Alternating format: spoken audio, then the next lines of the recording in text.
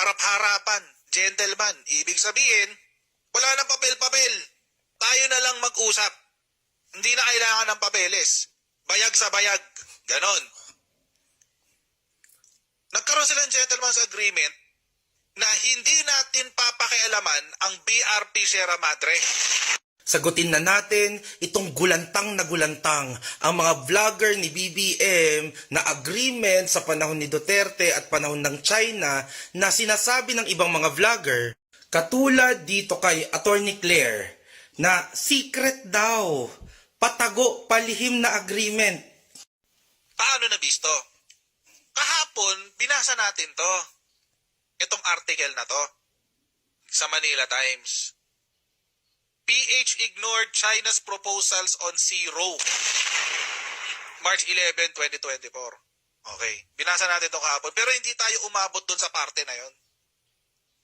Kasi tumigil lang tayo dito doon sa sinabi ng Chinese official hanggang dito. Yan. Ganyan lang tayo tumigil.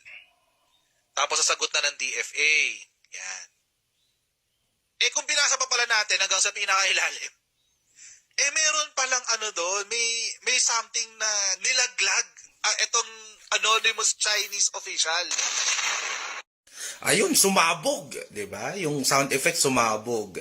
So nabisto, nilaglag ng Chinese official ang naging agreement ng Pilipinas sa China noong panahon ni Duterte. So ano nga ba yung sinasabing agreement na yon? So, ang article na binabasa ni Coach Jarrett ay itong PH ignored China's proposal on zero sa The Manila Times noong March 11, 2024. So, sabi ni Coach Jarrett, di ba kanina, gentleman's agreement, wala nang papel-papel. Pero dito sa article na mismong binabasa niya, sinasabi na in one of the concept papers. Ewan ko sa inyo kung anong pagkakaintindi nyo dyan, ha? Walang papel-papel dito, sabi ni Coach. Sinasabi daw dito na nag-agree daw ang China na ang Pilipinas ay magse-send lamang, magpapadala lamang ng isang vessel sa Ayungin Shoal para mag-conduct ng rotation and resupply mission para doon sa mga tao natin sa BRP Sierra Madre. Ang kapalit daw nito na ang Pilipinas ay nagkukumit na hindi tayo magdadala ng large-scale building materials para ma-reinforce yung Sierra Madre. Ayun na, ang linaw-linaw dito sa sinasabi ni Coach Jarrett na gentleman's agreement na walang papel-papel, pero ayon doon sa article na binasa mismo niya, ayon daw sa concept paper, nakalagay doon na ang agreement ng Pilipinas at ng China ay hindi gagambalain yung ating resupply mission dyan sa BRP Sierra Madre as long as isa lang ang vessel na gagamitin natin at hindi tayo magdadala ng large-scale construction material. Gimbal na gimbal si Coach Jarrett, gimbal na gimbal ang mga BBM vloggers, si Attorney Claire, gimbal na gimbal.